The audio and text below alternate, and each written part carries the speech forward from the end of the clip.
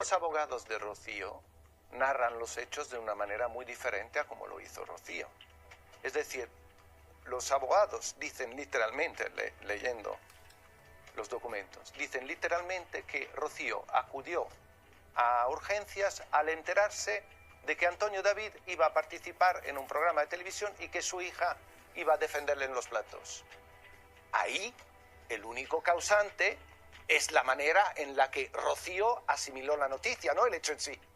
No se había producido todavía. Sí, no se había producido. Sí. De todas formas, Pero quiero decir, encima. O sea, lo que muestra... ¿Sabes? Porque pongamos las cosas, quiero decir, porque pongamos las cosas objetivamente en su sitio, que esto es un testimonio. Un testimonio, claro, que además y luego, son sus vivencias. Pero no se puede hacer un juicio paralelo. Claro, yo creo que nadie podemos cuestionar lo que ella siente, porque lo que ella siente... Ni su dolor que lo tiene. Ni su dolor, ni su manera de interpretar los hechos y todo lo que ha vivido durante este año y cómo le ha afectado. Yo creo que eso es incuestionable y no se puede dudar porque son los sus sentimientos. Se empatiza con el dolor de ella. Pero claro, evidentemente están los hechos. Fijaos que ya lo conté aquí, que el Tribunal Supremo, la condena a costas a ella. Es decir, que también es un dato significativo, que el Ministerio Fiscal recurre porque el juzgado número 1 de violencia de género en el 17, cuando ella presenta todo, de Alcobendas, de violencia de género, cuando ella presenta todo, cuando a ella le toman declaración, que se ha dicho que ella no se ha podido expresar delante de un juez, y no es cierto, a ella le toman declaración en las preliminares. Es verdad que no ha habido juicio porque no ha habido juicio. No ha habido lugar a que se haga una apertura de juicio oral. A ella le toman declaración. Esa jueza ve indicios, que no pruebas, indicios de posibles delitos de maltrato psicológico. Pero luego hasta el Ministerio Fiscal recurre y a partir de ahí todos los recursos los pierde Rocío Carrasco. Me parece tremendo. Yo creo que son cosas que se tienen que dilucidar en los juzgados y no en los platos de televisión. Es mi opinión personal. Y ya está, y que lo diluciden. Tanto Rocío como Ortega. Las pruebas que la productora de Ana Rosa ha sacado del cajón dejan a Rocío Carrasco tiritando. El plató está en shock. Titulares inéditos, contratos millonarios en liras, un anillo de boda que jamás debió cerrarse, y sobre todo, esos vídeos caseros que Rocío intentó enterrar. Empieza la función con la foto prohibida de Pedro besando a Raquel Mosquera en el pasillo de TVE, tomada cuando él aún firmaba autógrafos como exmarido de Rocío Jurado. Plano corto, beso robado, 25 años de diferencia y la prueba de que el boxeador ya había pasado página mientras su hija ensayaba otro capítulo de victimismo. Y atención, porque esto no es un simple remember de amores rotos. Telecinco ha aprovechado el aniversario de la muerte de Pedro para levantar el polvo de los recuerdos, pero lo hace con artillería pesada. Primero, rompe la leyenda de que el divorcio se debió al desgaste natural. Nada de eso. Aquí se habla de cuernos cruzados. Ana Rosa coloca sobre la mesa la carta de un empresario taurino que confirma escapadas de Rocío Jurado a México en plena gira, mientras Pedro entrenaba en Milán y cobraba 15 millones de liras por combate. ¿Lo mejor? El documento lleva firma, sello y fecha. Y si eso no fuera suficiente, la presentadora rescata un extracto de un contrato de publicidad que pagó a Pedro en negro, en negro más de 48.000 euros de la época. Con ese dinero, dicen, compró un apartamento a nombre de su madre y se guardó la llave para cuando llegara la tormenta. ¿Estrategia de fuga o simple previsión? Tú decides, pero el ronrón del plató ya huele a pólvora. De pronto, la pantalla gigante muestra algo que nadie esperaba, una entrevista inédita de Pedro, grabada en VHS en el 96, donde confiesa que el amor con Raquel era más auténtico que cualquier foto de portada con la Jurado. Con ella soy Pedro, no el campeón, se le oye decir, con los ojos entornados y la voz cansada. Segundos de silencio absoluto. Rocío Carrasco jamás quiso que estas cintas vieran la luz, de hecho, firmó cláusulas para bloquearlas. Pero la productora de Ana Rosa, alimentada por el morbo y el sare, las ha encontrado y las lanza como bombas de racimo. El público en móvil, en bus, en oficina, se queda mudo. ¿Y si la heredera de la Jurado no es la guardiana de la verdad que vendió en su docuserie? A medida que avanza la tarde, el relato se enreda. Ana Rosa repasa, una a una, las cifras que descolocan la balanza sentimental. Pedro cobraba millones en pesetas, sí, pero su carrera deportiva se apagó pronto. Rocío, en cambio, firmaba giras de cientos de miles de dólares. Resulta que la gran voz de España sostenía, sin querer, la chequera común en los últimos años de matrimonio. ¿Y qué pasa cuando un mito del ring y una diosa de los escenarios comparten casa y fama? Choque de egos, celos y un contrato prenupcial que, según se filtra, no repartía la tarta por igual. Para colmo, en 1982 aterrizan los rumores de infidelidades cruzadas. Él, con una azafata italiana. Ella, con ese empresario taurino que le regalaba claveles cada vez que cantaba como una ola.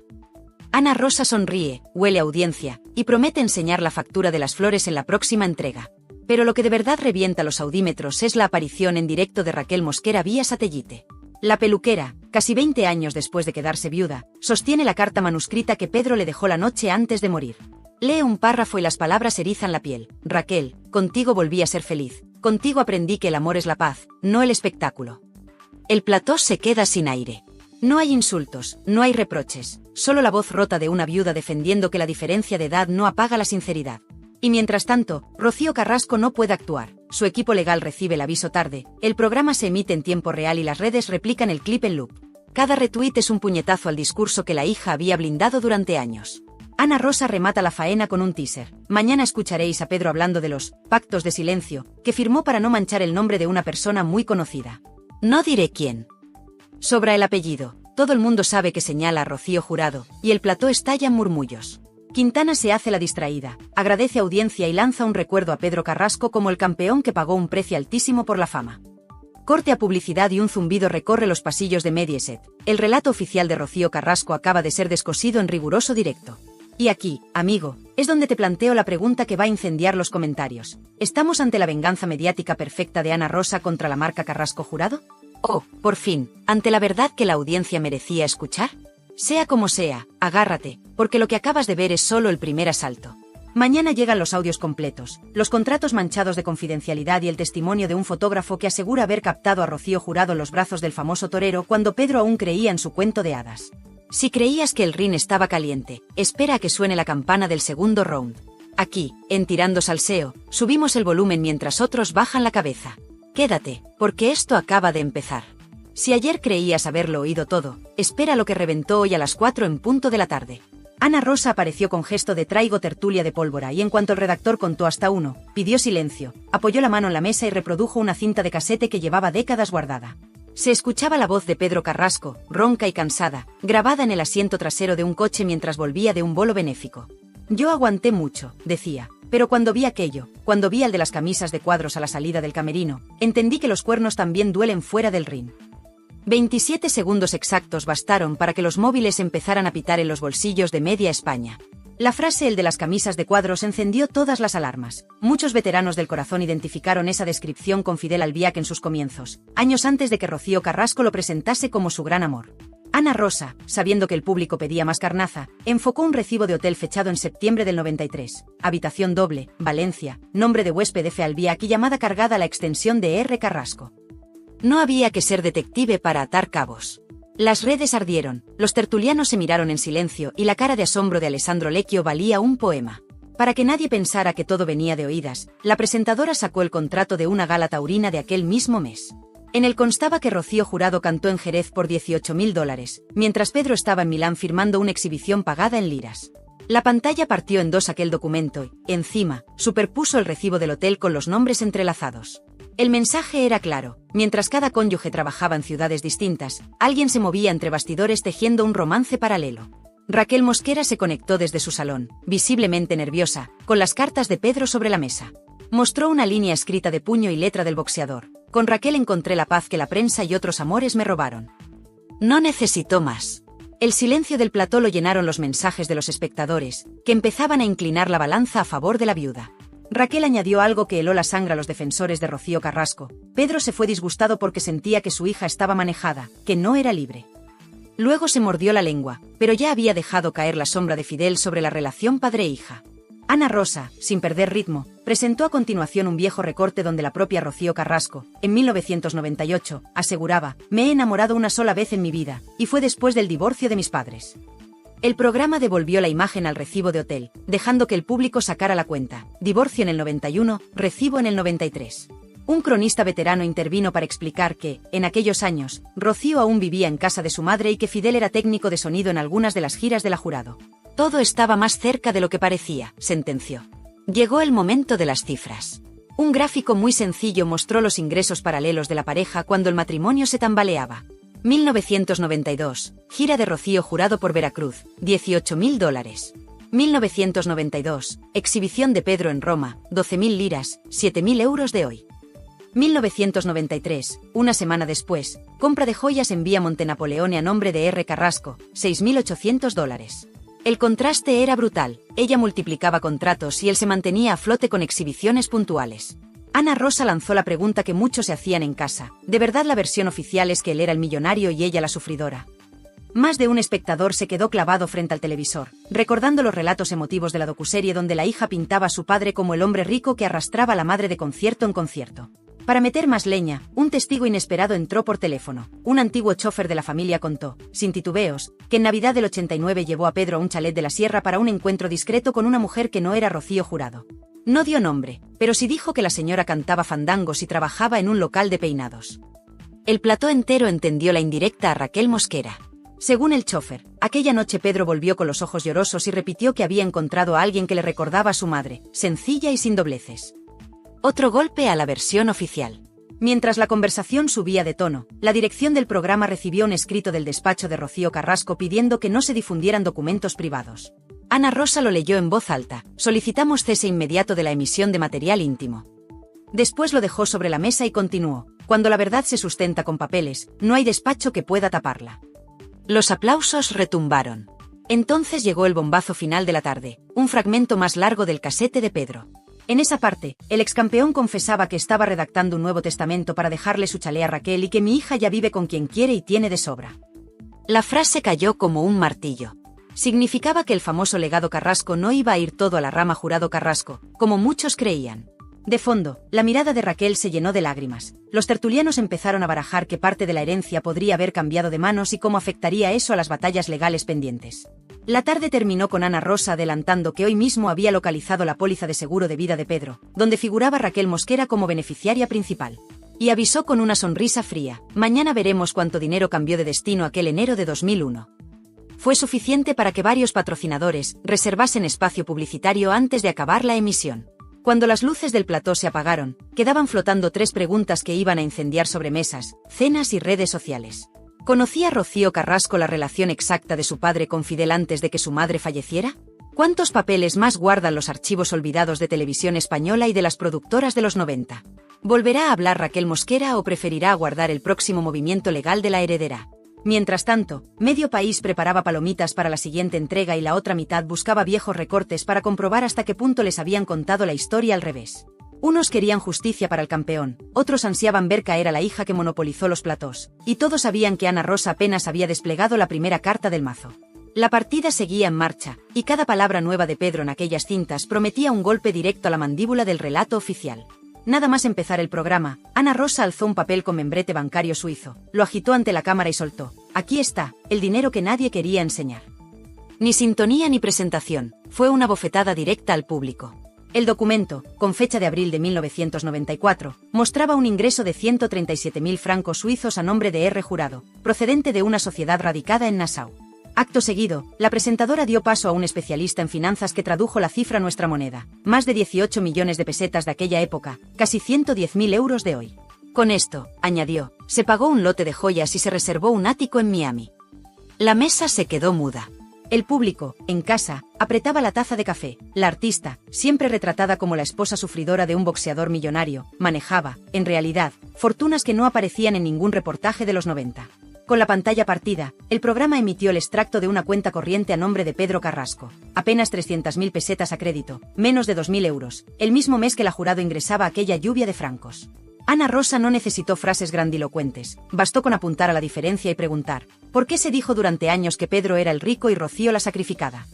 El desconcierto cruzó el plató, los tertulianos rebuscaban en sus notas y un ronrón de indignación crecía en redes. Al otro lado del teléfono, un viejo representante de artistas confirmó que, tras la boda, todos los contratos de la cantante incluían una cláusula de confidencialidad sobre honorarios, para evitar celos y comentarios. Esa palabra, celos, flotó como un fantasma. ¿Había celos también en la hija que ahora perdía el control del relato? No dio tiempo a procesar el dato cuando Ana Rosa pinchó a Raquel Mosquera en directo. La viuda, más firme que el día anterior, mostró 2 recibos de la clínica de fertilidad a la que acudió con Pedro en 1999. Cada ciclo costó 700.000 pesetas y lo pagó él con un cheque a su nombre. Raquel añadió una frase que golpeó duro: Pedro quería otro hijo para demostrarle al mundo que aún tenía fuerza, y se le rompió el corazón cuando supo que su patrimonio no alcanzaba para blindar a ese bebé del ruido mediático. El plató enmudeció. Un tertuliano dejó caer que quizá el boxeador temía que la herencia quedara en disputa con su primera hija. Raquel, sin pestañear, sacó un tercer papel, la póliza de seguro de vida con ella como beneficiaria principal y una nota manuscrita de Pedro que decía, para nuestra futura familia. Una bofetada al argumento de Rocío Carrasco sobre el capricho pasajero del segundo matrimonio. Mientras los móviles hervían, Ana Rosa sacó su siguiente as de la manga, un reportaje cargado de nostalgia, con imágenes de archivo donde Pedro recibe un ramo de claveles rojos después de un bolo, ramo enviado, según la carta adjunta, por un gran amigo mexicano que te admira. La tarjeta estaba firmada con iniciales imposibles de confundir, OCF. El realizador congeló la imagen y el rótulo dejó claro lo que medio país ya intuía, OCF igual a Ortega Cano. En ese instante, los mensajes en WhatsApp se dispararon. Si el diestro enviaba flores al boxeador, era un gesto de camaradería o un detalle encubierto para Rocío Jurado. A la media hora de programa, llegó otro audio inédito de Pedro. Esta vez se le escuchaba en tono íntimo, grabado, según el rótulo, durante una sobremesa de Navidad de 1995. La fama mata lo que toca, decía, y si a la fama le sumas la ambición, te quedas solo. Añadía que a mi niña la están vistiendo de muñeca y no se da cuenta. En el plató, el eco de esas palabras fue un mazazo. Pedro denunciaba, sin nombrarlos, la influencia de la madre y de Fidel sobre Rocío Carrasco. Tras la grabación, Ana Rosa miró al público y sentenció, un padre pidiendo ayuda en mitad de una cena familiar. ¿Dónde estaba la que hoy presume de haberlo protegido? El silencio se hizo tan denso que se cortaba. Como remate, el programa sacó los recibos de las flores que Rocío Jurado recibía en cada estreno de disco. Uno de ellos, fechado en 1991, ascendía a 60.000 pesetas. La tarjeta la firmaba F. Albiac, entonces ayudante de escenario. El contertulio Luis Rollán, amigo de la Jurado, se pasó la mano por la frente y admitió que nunca había visto aquel gasto. Pero lo cierto es que Fidel se movía cerca de la familia desde mucho antes de lo que cuenta la versión oficial. Fue la frase que detonó el hashtag #Fidel desde el principio. En paralelo, llegó un comunicado del despacho de Rocío Carrasco. Esta vez, le llamaron nota legal, exigiendo rectificaciones. Ana Rosa lo leyó sin anglicismos ni tecnicismos. La señora Carrasco exige que se respete su intimidad y que no se difundan más documentos privados. La presentadora levantó la vista y con voz serena respondió, nosotros respetamos la ley, pero respetamos aún más la memoria de Pedro Carrasco, que no pudo defenderse en vida. El plató estalló en aplausos. El público mayor, el de esa franja de 55 años que sigue la sobremesa, entendió cada palabra. Y la emoción cruzó la pantalla. Mensajes de apoyo a Raquel se multiplicaron y hasta espectadores que antes estaban con la docuserie empezaban a dudar. Para cerrar la jornada, Ana Rosa se guardó un gancho final. Conectó con un notario jubilado que atendió a Pedro en 2000. El hombre mostró una copia autenticada de un borrador de testamento, no el definitivo, con una cláusula sorprendente. Legaba a Raquel el 50% de los derechos de imagen que aún generara su nombre. Aquello dinamitó la creencia de que todo lo que producía la leyenda Carrasco pertenecía a Rocío Carrasco. El notario aseguró que ese borrador existió, aunque no sabe si se firmó antes del infarto. Prometió enviar el documento completo al programa si la familia no lo impugnaba. El suspense quedó servido. Todo esto en hora y media de directo. Las reacciones fueron inmediatas. Los espectadores mayores compartían recuerdos de las galas de Rocío Jurado y comparaban fechas con los extractos suizos. Los más jóvenes abrían hebras de Twitter sobre manipulación familiar y gastaban memes con flores de 60.000 pesetas. La propia productora de Rocío Carrasco filtró a algunos digitales que estudiaba denunciar revelación de secretos, pero la bola de nieve ya rodaba. Ana Rosa cerró con una mirada al objetivo y una promesa. Mañana mostramos el parte médico donde el cardiólogo de Pedro advierte, estrés familiar mantenido como factor de riesgo. Y veremos quién provocaba ese estrés. Sin despedidas grandilocuentes, solo una última frase para la audiencia que, a esas alturas, estaba pegada al sillón. No cambien de canal, que esto solo acaba de empezar. El SARE se disparó hasta rozar el 21% y el zumbido de los móviles confirmó que el país entero pedía más. ¿Conclusión? No hubo cortina de humo ni Toby Kentinjud en inglés. Simplemente un hasta mañana que huele a más papeles, más cintas y más secretos de un clan que, por primera vez, ya no controla la versión oficial. Y ahora la pelota está en el tejado de Rocío Carrasco. Si responde, avivará el fuego. Si calla, confirmará cada sospecha. Mientras, España ya se ha dividido en dos equipos, los que creen que Pedro murió traicionado por su propia sangre y los que aún defienden la versión de la hija. Se avecina tormenta y, con ella, la certeza de que el salseo no entiende de treguas, ni de silencios. Cuando parecía que ya lo habíamos escuchado todo, Ana Rosa regresó al plató con una nueva bomba que dejó al país con el café a medio tomar. Un documento legal firmado en 1996 donde Pedro Carrasco solicitaba la revisión de la custodia compartida de su hija. El público se quedó de piedra. Pedro había querido volver a tener contacto regular con Rocío Carrasco cuando ésta ya vivía bajo la influencia de Fidel. La respuesta estaba ahí, con el membrete del Juzgado de Familia de Madrid y la firma del exboxeador. El motivo alegado era claro y contundente: cambios en el entorno de convivencia de la menor que afectan a su estabilidad emocional. La frase encendió todos los platós de televisión como un cerillo en un charco de gasolina. Acto seguido, Ana Rosa sacó lo que calificó como el parte médico que prometimos ayer, un informe emitido por el cardiólogo de Pedro, fechado apenas 5 meses antes de su muerte, en el que se especificaba que sufría arritmia agravada por estrés familiar mantenido, entorno tóxico y ansiedad situacional crónica. Ningún nombre, claro, pero las piezas encajaban como un dominó de cristal a punto de estallar. El plató se congeló. Los tertulianos se miraban entre ellos, sabiendo que esta vez la acusación no venía de rumores, sino de un informe clínico. «Esto ya no es salseo, es tragedia griega», susurró uno. Raquel Mosquera, una vez más, se conectó desde su salón, esta vez con una camisa blanca impecable, sin apenas maquillaje y con los ojos hinchados. Pero habló. Y vaya si habló. Sacó de su bolso un pequeño marco con una foto en blanco y negro, Pedro en bata de entrenamiento, ella abrazada a su cintura. «Esto fue el día que le dijeron que Rocío no le cogía el teléfono desde hacía 3 meses», dijo. Y añadió: «Esa noche lloró como un niño. Me dijo, me han robado a mi hija y encima me llaman manipulador». El plató entero se vino abajo. La audiencia se fundía con la pantalla. El dolor atravesaba como un cuchillo de mantequilla. Raquel, entre lágrimas, terminó diciendo: «Yo no soy periodista, pero el Pedro que yo conocí no mentía. Se murió pensando que su hija ya no era su hija». En ese instante, Ana Rosa detuvo el ritmo y pidió silencio. «Señoras y señores», dijo con una solemnidad casi fúnebre, «vamos a emitir ahora el audio más delicado de todos». El silencio era total. Ni un estornudo. Ni un clic de bolígrafo. Solo tensión. Y entonces se escuchó. Era la voz de Pedro Carrasco, grabada en un contestador automático. «Rocío, soy papá. Solo quería saber si te hace falta algo. Llamo mañana otra vez. Un beso». La fecha era 1998. 3 llamadas así se reprodujeron. En ninguna hubo respuesta. Ana Rosa miró al público. «No son acusaciones. Son hechos». El siguiente bloque fue aún más brutal. Se conectó en directo una enfermera que trabajó en la clínica donde Pedro fue ingresado en 2000 por una crisis nerviosa. Lo contó sin filtros. Pedro llegó descompuesto. Repetía que se sentía solo, traicionado.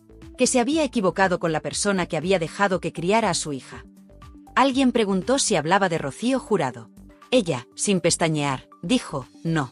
Hablaba del chico ese, el de las camisas de cuadros. El fantasma de Fidel volvía a asomar como un espectro incómodo en cada frase. Pero el plató estalló en un rugido cuando Ana Rosa leyó en voz alta una carta manuscrita de Pedro, enviada a un amigo periodista en 1999 y nunca publicada. En ella, el campeón de Europa decía: «Mi historia está contada por otros. Algún día me gustaría contar mi verdad, pero creo que ya es tarde». Esa frase provocó un silencio sepulcral en el estudio. El realizador, sabiendo lo que hacía, enfocó el rostro de Raquel. Una lágrima descendía por su mejilla. El público en casa no pestañeaba. Y las redes, mientras tanto, ardían como nunca. Y entonces, otro personaje irrumpió. Un excompañero de entrenamientos de Pedro que se encontraba en Miami llamó al programa en directo. Confirmó que en el año 1995, en una conversación privada, Pedro le confesó que sentía que Fidel había separado a Rocío Carrasco de su familia. Y dejó una frase lapidaria: Pedro no le tenía miedo a nadie, excepto a quedarse solo. Ahí fue cuando se empezaron a contar los minutos para el comunicado de Rocío Carrasco, que se sabía inminente. En paralelo, desde el departamento legal de Mediaset llegaba una advertencia: posible violación de derechos de imagen si se emite el testamento original sin consentimiento de los herederos legales. Pero ya era tarde. Ana Rosa alzó un sobrelacrado y dijo: «Esto es el testamento que Pedro firmó 2 semanas antes de morir. No lo emitiremos hoy, pero sí puedo decir que en él no aparece el nombre de Rocío Carrasco como beneficiaria principal». El impacto fue inmediato. Se hizo el silencio. No por falta de palabras, sino porque nadie se atrevía a romper el aire. Para cerrar, Ana Rosa dio un paso que muchos no esperaban. Hizo una pregunta directa al aire. ¿Queréis saber por qué Pedro no dejó su nombre a su hija en ese testamento? Porque su hija ya no era libre. Y él lo sabía.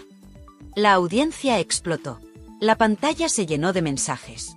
Algunos defendían a Rocío, pero muchos más comenzaban a girar el foco. El relato oficial empezaba a resquebrajarse.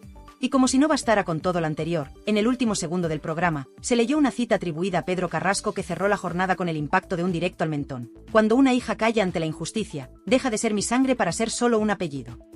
La frase apareció en pantalla sobre fondo negro, sin música, sin voz en off. Y bastó. Cuando los espectadores pensaban que ya lo habían visto todo, que ningún otro documento o testimonio podría añadir más leña al fuego, Ana Rosa dio el golpe más certero de toda la semana. A las 5:15 exactas, interrumpió a un contertulio para decir: hay una última cinta. Es breve, pero es la que lo cambia todo. Silencio total en plató. El sonido que se oyó a continuación no era una voz cualquiera. Era Pedro Carrasco, desde el interior de una consulta médica, respondiendo a una pregunta sobre su estado de salud. Lo dijo con esa voz grave, rota y honesta: no tengo miedo a morirme. Tengo miedo a que mi hija crea las mentiras de quien le quiere lejos de mí. Un puñetazo al alma. No hubo aplausos. Solo lágrimas en muchos rostros, dentro y fuera de pantalla.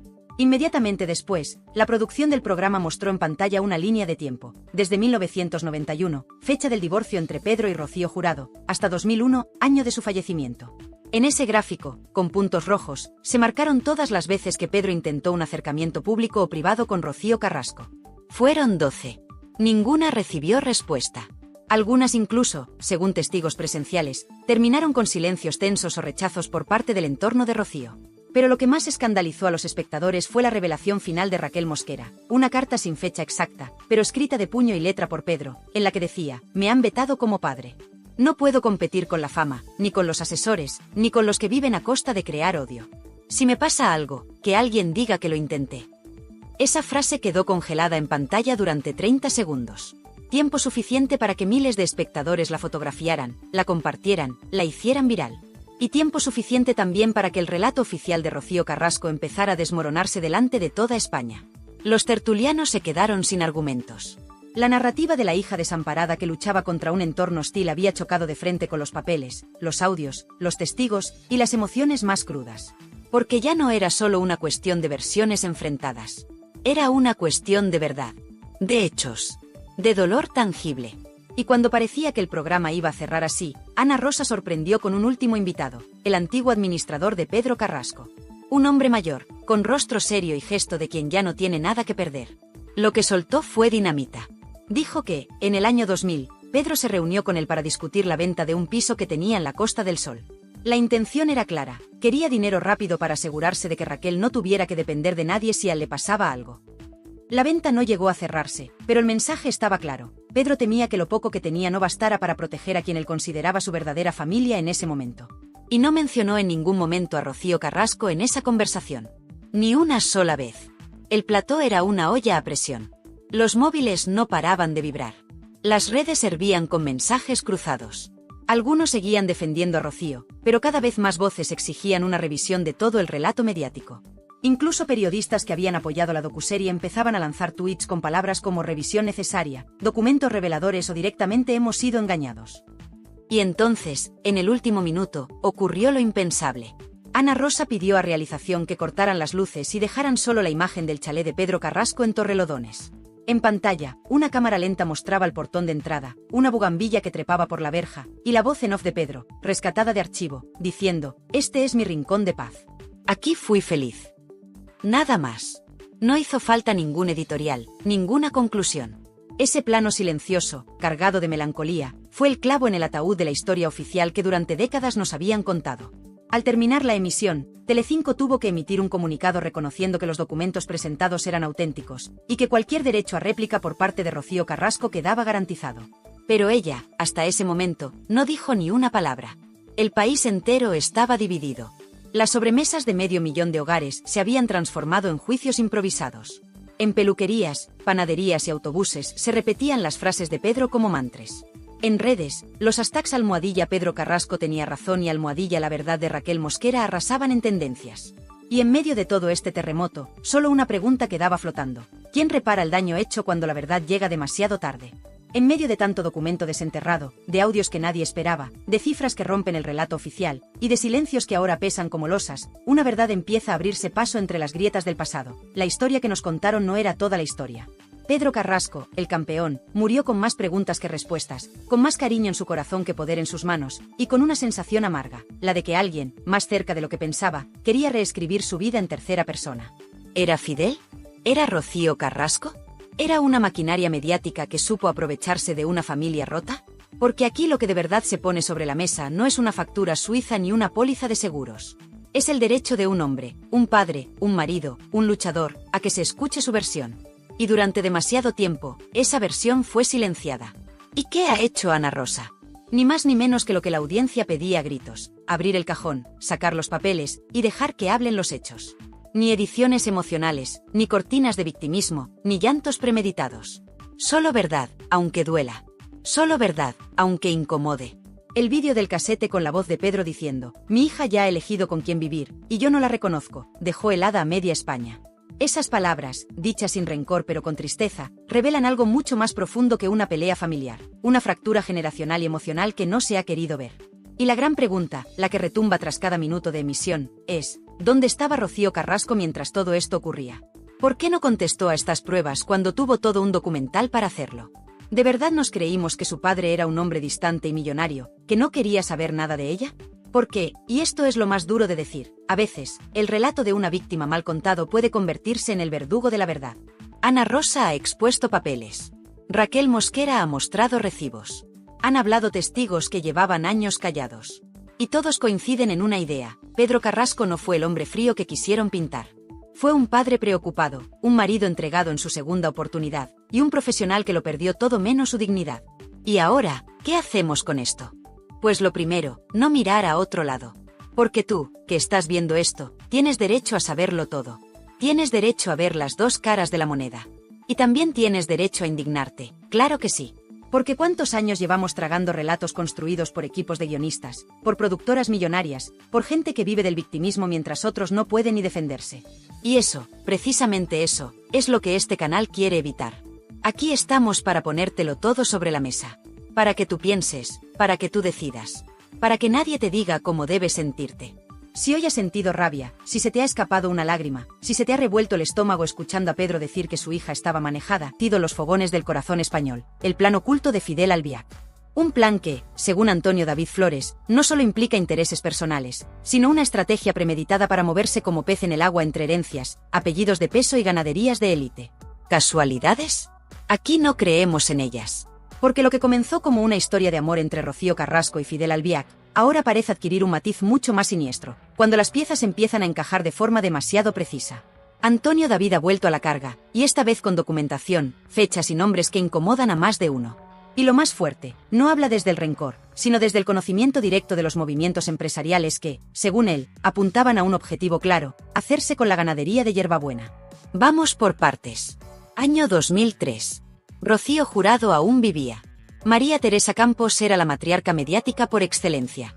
Fidel Albiac, por entonces sin oficio conocido de peso, se unía con las Campos para constituir una sociedad, Campolbiac S.L. El nombre ya lo dice todo. Campo, por las Campos. Albiac, por él. Y atención al objeto social de la empresa: promoción, administración y explotación ganadera. ¿Una sociedad ganadera en pleno corazón del entorno mediático más influyente de España? ¿Qué pintaba un abogado como Fidel en eso? La respuesta puede ser tan perturbadora como reveladora. Según Antonio David, la idea era anticiparse al posible fallecimiento de Rocío Jurado para, llegado el momento, tener la estructura legal ya montada y hacerse con todo lo relacionado con el hierro de Yerbabuena. No estamos hablando de negocios casuales. Hablamos de jugadas maestras trazadas con años de antelación. Jugadas que no surgían de un capricho, sino de una planificación con nombre y apellidos. ¿Y quién estaba detrás? Según el propio Antonio David, Fidel movía los hilos, pero con la bendición, el cariño y el apoyo de una María Teresa Campos que veía en él no solo a un yerno ejemplar, sino también a un hombre inteligente, estratégico y leal. De hecho, en más de una entrevista la propia Campos llegó a declarar: Fidel es quien ha mantenido en pie a Rocío Carrasco. Ahora bien, ¿de qué forma? ¿A qué precio? Pero ojo, porque la historia no termina ahí. Campolbiac S.L. no acabó gestionando vacas ni toros de lidia. La sociedad, tras el fallecimiento de Rocío Jurado en 2006 y el nulo acercamiento a los bienes del hierro de Yerbabuena, acabó reconvertida en una tienda de embutidos. Sí, tal cual lo oyes. Un local de apenas 25 metros cuadrados en La Moraleja, abierto apenas 3 meses, en el que se vendían salchichones, quesos y chorizos ibéricos. Una caída empresarial o el disfraz perfecto para un plan que no salió como esperaban.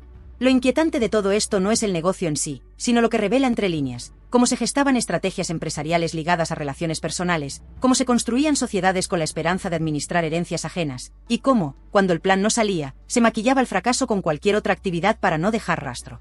Porque mientras unos lloraban la muerte de Rocío Jurado, otros, según Antonio David, ya se estaban posicionando para recoger los frutos. Y mientras la prensa rosa se centraba en vestidos, bodas y lágrimas, en la trastienda de los despachos se firmaban documentos, se activaban planes y se ejecutaban maniobras que hoy salen a la luz. Esta historia, lejos de ser anecdótica, muestra una cara mucho más cruda del mundo del corazón, donde los afectos conviven con el negocio, y donde los lazos familiares pueden ser moneda de cambio. ¿De verdad eran tan cercanos María Teresa y Fidel como nos hacían creer?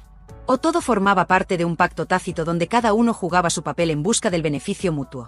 Y si esto es solo el principio, agárrate, porque lo que viene a continuación desenmascara muchas otras relaciones que, a día de hoy, siguen intentando venderse como puras, auténticas y desinteresadas. Si lo que Antonio David está revelando es cierto, lo que se esconde tras la figura de Fidel Albiac no es solo la de un marido devoto, sino la de un estratega meticuloso que supo moverse en el tablero del poder, de los afectos y del patrimonio. Porque lo que muchos no sabían y ahora están empezando a conectar es que la relación entre Fidel y María Teresa Campos no era tan casual ni tan inocente como se nos quiso vender. ¿Por qué una comunicadora del nivel de María Teresa, con décadas de experiencia, depositaba tanta confianza en un joven sin grandes logros profesionales? ¿Por qué tanta devoción pública? La respuesta, según apunta Antonio David, está en la anticipación. Fidel no era un improvisador. Tenía claro dónde quería estar y con quién debía aliarse. Y las Campos eran el puente perfecto. Tenían la visibilidad, el acceso, el prestigio y el respaldo mediático que él necesitaba para blindar su imagen y posicionarse. No estamos hablando de rumores. Estamos hablando de movimientos empresariales registrados, fechas, firmas, actividades fiscales y conexiones evidentes que, si se analizan con lupa, dibujan un patrón inquietante. Mientras tanto, Rocío Carrasco aparecía ante los focos de manera intermitente, protegida por un silencio que muchos consideraban prudente y otros, interesado. Porque lo que quedaba claro es que Fidel no dejaba nada al azar. Y si algo ha demostrado con el paso del tiempo es que su capacidad de mantenerse en la sombra solo era comparable a su habilidad para estar en el centro de todo sin que lo pareciera. Pero vayamos más allá. Cuando Campolbiac SL se fue al traste, cuando ese local de embutidos cerró tras 3 meses de actividad residual, ¿qué hizo Fidel? ¿Desapareció? ¿Se retiró de los negocios? Nada más lejos. Lo que hizo fue replegarse, reordenar, cambiar de estrategia. Y lo más curioso, el mismo Fidel que aparecía como socio de una explotación ganadera fallida, poco después se convertía en el director artístico y legal de todo el legado emocional y económico de Rocío Jurado. ¿Coincidencia? ¿O movimiento calculado? Porque mientras Ortega Cano heredaba la finca y la ganadería de Hierbabuena, Fidel se hacía con el relato, con el discurso, con la representación emocional. Y ahí es donde entra en juego otro nombre clave, Anabel Dueñas. La joven artista que, desde hace años, protagoniza un espectáculo en homenaje a Rocío Jurado, con producción, dirección y respaldo legal de, ¿quién? Exacto, Fidel Albiac. El mismo que había intentado, tiempo atrás, acceder a ese universo desde otra vía. ¿Casualidades o estrategias enrevesadas? Todo esto lo ha contado Antonio David con una seguridad escalofriante. No solo porque vivió parte de esos movimientos desde dentro, sino porque, a diferencia de otras ocasiones, esta vez se ha apoyado en documentos, movimientos empresariales y hechos comprobables. Y lo más fuerte, nadie ha salido aún a desmentirlo con pruebas. Solo se han lanzado silencios y miradas por encima del hombro, como si el tema fuera menor. Como si no importara. Como si se tratase de una pataleta de un exdolido. Pero lo que hay sobre la mesa no es una vendetta emocional. Es una denuncia pública que pone en entredicho años de silencio mediático. Porque, si se confirma que existía una intención real de posicionarse empresarialmente alrededor de la herencia de Rocío Jurado, entonces estamos ante uno de los relatos más delicados de la crónica rosa reciente.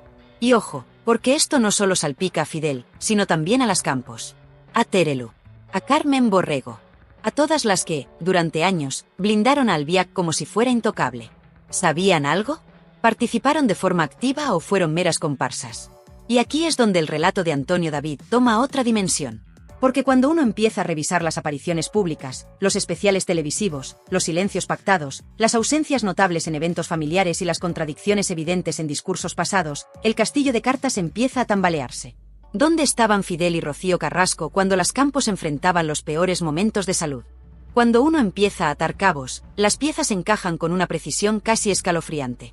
La supuesta inocencia de una simple sociedad limitada queda pulverizada ante la magnitud de las implicaciones.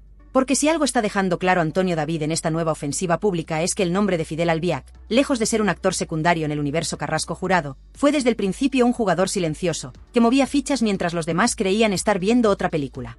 Y es que, según el propio Antonio David, nada de lo que ocurrió en aquellos años fue casual. Nada fue improvisado. Fidel, siempre en la sombra, tejía su red con cuidado quirúrgico. No necesitaba focos. No necesitaba platós. Necesitaba acceso. Influencia. Cercanía con los nombres que realmente importaban: Rocío Jurado, Ortega Cano, María Teresa Campos. Y lo consiguió. Sin hacer ruido. Sin levantar sospechas. Pero con una eficacia que ahora, vista con perspectiva, resulta imposible de ignorar. El relato se vuelve aún más oscuro cuando entramos en el terreno de las lealtades rotas. Porque si lo que insinúa Antonio David es cierto, entonces todo lo que envolvió a las Campos y su relación con Fidel podría haber sido una maniobra calculada. Una alianza estratégica. Una tapadera de lo que realmente se estaba fraguando por debajo. ¿Por qué tanto esfuerzo en proteger a Fidel? ¿Por qué esa actitud casi maternal de María Teresa hacia él? ¿Por qué esa insistencia en repetir, entrevista tras entrevista, que gracias al Rocío Carrasco seguía en pie? La respuesta podría estar, según Flores, en el interés común. Un intercambio de favores. Fidel obtenía legitimidad social, respaldo mediático y un altavoz sin críticas. A cambio, las Campos se aseguraban exclusivas, presencia en homenajes, control del relato y, lo más importante, un vínculo sentimental con el legado más rentable y emocional de la televisión española. El legado de Rocío Jurado. Pero aquí no termina la cosa. Porque Antonio David lanza una acusación más grave, más directa, más punzante, que todo este entramado tuvo su punto de partida no en el amor, ni en la lealtad, ni en el respeto por una figura tan inmensa como Rocío Jurado, sino en la expectativa de una herencia. De un patrimonio. De una ganadería, un hierro taurino, una finca, un apellido. Que mientras Rocío vivía sus últimos años, algunos ya pensaban en cómo posicionarse para estar en primera fila cuando llegara el inevitable final. Y lo más indignante, según su versión, es que cuando esa expectativa no se cumplió, cuando Ortega Cano conservó hierbabuena, cuando la ganadería no cambió de manos como algunos esperaban, toda la parafernalia empresarial se vino abajo. ¿Y qué hicieron entonces? Montar un local en La Moraleja para vender salchichones y embutidos. 3 meses de actividad. Un estrepitoso fracaso. Pero el intento ya estaba hecho. ¿De verdad alguien puede seguir pensando que todo esto fue casual? ¿De verdad podemos seguir creyendo que Fidel es solo el marido de? Antonio David no solo está poniendo en duda el pasado. Está reescribiendo la historia. Está sugiriendo que durante años se ha vendido una imagen blanqueada, diseñada, controlada, mientras por debajo se cocía una guerra silenciosa por el control del legado, de los relatos y del dinero. Y no solo eso. Está apuntando directamente al núcleo duro de la televisión del corazón. A los que siempre marcaron el paso de lo que se decía y lo que no. A los que decidían qué verdades se contaban y cuáles se enterraban. Terelu, Carmen Borrego, María Teresa, todas ellas, según Antonio David, sabían más de lo que han contado. Y su silencio, su complicidad, su respaldo público a Fidel, no fue gratuito. Fue pactado. Fue útil. Fue rentable. El relato de Flores es claro: Fidel era el guardián del legado Carrasco Jurado. Pero también el diseñador del futuro. El que desde el principio jugaba a largo plazo. El que no necesitaba cámaras porque ya tenía controlado a quien las manejaba. El que convirtió su posición en un punto de poder sin asumir ningún desgaste. Y eso, para alguien como Antonio David, que ha vivido bajo el foco durante décadas, es intolerable. Porque, si se confirman sus insinuaciones, estaríamos hablando del mayor lavado de imagen y ocultamiento mediático de los últimos años. Y cuidado, porque esta historia aún tiene capas. Porque mientras las Campos lloraban en televisión, Fidel seguía ampliando su influencia. Porque mientras Rocío Carrasco hablaba de dolor, de abandono, de justicia emocional, los negocios seguían su curso. Las producciones teatrales seguían adelante. Las exclusivas se pactaban. Y los silencios seguían saliendo muy caros. Todo esto, según Flores, no es una casualidad. Es una estrategia. Y si todo lo anterior no fuese ya suficientemente grave, lo que Antonio David ha empezado a insinuar en sus últimas intervenciones apunta directamente al corazón del relato oficial. La figura de Rocío Carrasco como heredera moral y emocional de su madre podría haber sido una construcción interesada, dirigida no solo desde la emoción, sino desde un despacho, desde una estrategia a medio plazo. Una narrativa envuelta en lágrimas, pero alimentada con números, propiedades y control de imagen. Porque lo que está empezando a calar, gracias a esta nueva información, es que el duelo por Rocío Jurado podría haberse convertido, en manos de Fidel Albiac, en un producto comercial de dimensiones colosales. Y no estamos hablando solo de series documentales o especiales en televisión. Estamos hablando de espectáculos teatrales, exposiciones itinerantes, exclusivas con sello Campos, y de una gestión del legado más emocional de España como si se tratara de una marca registrada. Antonio David lo ha soltado sin titubeos. Todo esto se gestó para que, llegado el momento, el nombre de Rocío Jurado no lo manejara ni José Ortega Cano, ni Rocío Flores, ni nadie de la familia Jurado, sino una sola persona, Fidel. Y eso, para muchos, empieza a tener sentido. Porque pensemos fríamente, cuando Rocío Carrasco reaparece con su docuserie, después de años de silencio absoluto, lo hace rodeada de un equipo perfectamente engranado, con una línea editorial clara, con una maquinaria mediática detrás que solo alguien con visión empresarial y conocimiento del medio podría haber articulado. ¿Rocío sola? No. Fidel detrás. Moviendo piezas. Cuidando que el relato encaje. Silenciando fisuras. Y es precisamente aquí donde el guión da un giro. Porque según Antonio David, todo este entramado no habría sido posible sin el apoyo incondicional de las Campos, quienes, lejos de ser observadoras neutrales, habrían actuado como altavoz y escudo protector de una historia que tenía muchos más intereses de los que nos hicieron creer. Un relato donde la víctima y el verdugo estaban ya decididos. Donde no cabían otras versiones. Donde las lágrimas eran guionizadas, y los silencios premiados con minutos de oro. Y atención, porque esto conecta directamente con el tema más tabú de todos, la herencia de Rocío Jurado. Porque si lo que está señalando Antonio David es cierto, entonces el reparto patrimonial podría no haber sido solo una cuestión de voluntad, sino de influencia, de manipulación emocional, y de decisiones tomadas bajo presiones más sutiles de lo que nadie podría imaginar. ¿Hasta qué punto fue Rocío libre de decidir? ¿Hasta qué punto todo estaba ya dirigido? El foco se centra también en el silencio de José Ortega Cano, quien recibió la finca y la ganadería, sí, pero que con el tiempo ha ido desapareciendo del relato mediático dominante. ¿Por qué? ¿A quién incomodaba su versión? ¿A quién no interesaba que se supiera la verdad de lo que ocurrió en esa finca, de lo que se dijo, de lo que se intentó negociar? Y no olvidemos que mientras todo esto ocurría, mientras Fidel y las Campos sostenían el relato desde los platós, Rocío Flores trataba de reconstruir su vida entre ataques y campañas de desprestigio. La imagen de una hija abandonadora que debía ser enterrada mediáticamente para que la figura de su madre pudiera emerger sin fisuras. Y detrás de todo, de nuevo, ese silencio gélido de quien no necesita cámara, pero controla las luces. Fidel. Esta historia ya no va solo de un exmarido y una exmujer.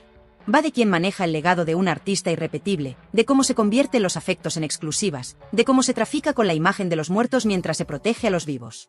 Y sobre todo, va de una pregunta que cada vez resuena más fuerte en las redes, en los foros, en los pasillos de las redacciones. ¿Quién ha dicho realmente la verdad en toda esta guerra? Antonio David, con todas sus luces y sus muchas sombras, está logrando lo que parecía imposible: romper la narrativa hegemónica, cuestionar los intocables, forzar a que se hable de lo que durante años se ha evitado. Y esto no es solo una vendetta. Es una declaración de guerra contra la hipocresía, el relato único y los pactos entre bambalinas que definieron una época de la prensa rosa. Y mientras todo esto revienta, la figura de Rocío Carrasco guarda silencio. Ni desmiente ni confirma. Pero el eco de las palabras de su ex retumba cada vez más fuerte. Porque cuando se trata de verdades familiares, no hay documental que lo aguante todo. Y cuando el negocio se impone sobre el luto, el olor a embutido rancio ya no lo tapan ni los focos. Todo esto que hemos visto, lo que se ha ido desgranando capa a capa como una cebolla que no deja de escocer los ojos, tiene un nombre: el negocio del silencio. Un modelo que se perfeccionó durante años, en el que los vínculos familiares se transformaron en contratos, los afectos en campañas de marketing y el dolor en rentabilidad. Y si algo ha conseguido Antonio David en esta nueva etapa como comunicador, es dinamitar esa estructura desde dentro, con datos, con nombres, con fechas y con una osadía que ha puesto nervioso a más de uno. Porque, seamos claros, lo que parecía una simple guerra de exes se ha convertido en la mayor batalla mediática y judicial de la prensa del corazón de los últimos 20 años. Y lo más grave de todo es que ya no estamos hablando solo de traiciones familiares o de quien tiene razón. No. Estamos hablando de un sistema montado para proteger a unos y sepultar a otros. Y ahora, por fin, las piezas empiezan a encajar. Empecemos por lo esencial, la figura de Fidel Albiac. Durante años ha sido ese personaje en la sombra, siempre presente pero nunca protagonista. Silencioso, meticuloso, eficaz. El que cierra las puertas, pero también el que abre las ventanas cuando interesa. Un tipo que ha sabido manejar los tiempos, los silencios y las cámaras mejor que cualquier personaje mediático, sin necesidad de dar la cara. Pero ahora, con esta información, con esta exclusiva de Antonio David, el velo cae. Y lo que hay detrás no es precisamente el retrato de un yerno discreto. Porque si todo esto es cierto, y cada vez más datos lo confirman, estaríamos ante una figura que se habría infiltrado emocionalmente en el entorno de Rocío Jurado no solo por amor, sino por visión empresarial, con una hoja de ruta clara: manejar el legado. Y no hablamos de recuerdos ni de homenajes. Hablamos de propiedades, de derechos de imagen, de control narrativo. De decidir quién habla y quién calla. De quién es el bueno y quién es condenado al ostracismo mediático. ¿Casualidad que esa sociedad ganadera se crease justo cuando la salud de Rocío Jurado ya empezaba a dar señales preocupantes? ¿Coincidencia que el teatro homenaje, la docuserie, la resurrección de Rocío Carrasco como figura pública, coincidan con los momentos de mayor ataque hacia Antonio David y su hija? ¿Y de verdad vamos a creer que Fidel solo pasaba por allí? Pero el escándalo no termina ahí. Porque lo más inquietante de todo este asunto es la connivencia mediática. Las mismas voces que durante años protegieron a capa y espada a Rocío Carrasco, y por extensión, a Fidel, son las que ahora se ven obligadas a guardar silencio o a lanzar ataques desesperados contra Antonio David para frenar lo inevitable, la caída del relato oficial. Y en medio de esta tormenta, no olvidemos la figura de María Teresa Campos, la matriarca mediática por excelencia, quien llegó a definir a Fidel como su apoyo emocional, su hombre de confianza. La misma que colocó su plató, su programa y su influencia al servicio de un solo bando. ¿Por qué tanta devoción? ¿Qué sabían las Campos que el resto no sabíamos? ¿Qué se negoció, qué se pactó, qué se ocultó? Y es aquí donde entra el gran drama moral de esta historia. Porque mientras unos sacaban beneficio, otros pagaban el precio. Una familia destruida, una hija separada de su madre durante años, un hijo al que se invisibiliza sistemáticamente, y un país dividido entre bandos como si se tratara de un conflicto político. Todo por defender una narrativa que ahora empieza a tambalearse. Porque la verdad, como decía el clásico, es terca. Y tarde o temprano siempre sale a flote. Antonio David ha sido muchas cosas.